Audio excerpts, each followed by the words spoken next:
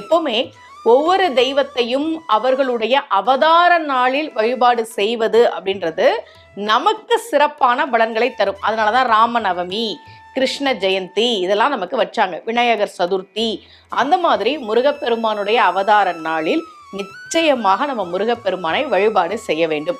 நீங்க உங்களுக்கு என்னெல்லாம் முருகன் பாடல்கள் தெரியுமோ, கந்தர் அலங்காரம் படிங்க, கந்தர் அனுபூதி படிங்க, திருப்புகள் சொல்ல தெரியும்னா திருப்புகள், எங்களுக்கு நிறைய திருப்புகள் தெரியும் அப்படின்னா திருப்புகள் படிங்க, கந்த சஷ்டி கவசம் படிங்க. இது எதுவுமே தெரியாது அப்படின்னா முருகா முருகான்னு சொன்னாவே போதும். ஏன்? விழுக்கு துணை திருமென் மலர்பாதங்கள், மெய்மை குன்றா மொழிக்கு துணை முருகா என்னும் நாமங்கள் அருணகிரியார். முருகா அப்படின்னு கூப்பிட்டாவே மும்மூர்த்திகளையும், முகுந்தனையும் ருத்ரனையும் கா என்கிற பிரம்மனையும் அவர்களுடைய துணைவியரையும் சேர்த்து வணங்கிய பலன் கிடைக்கும்.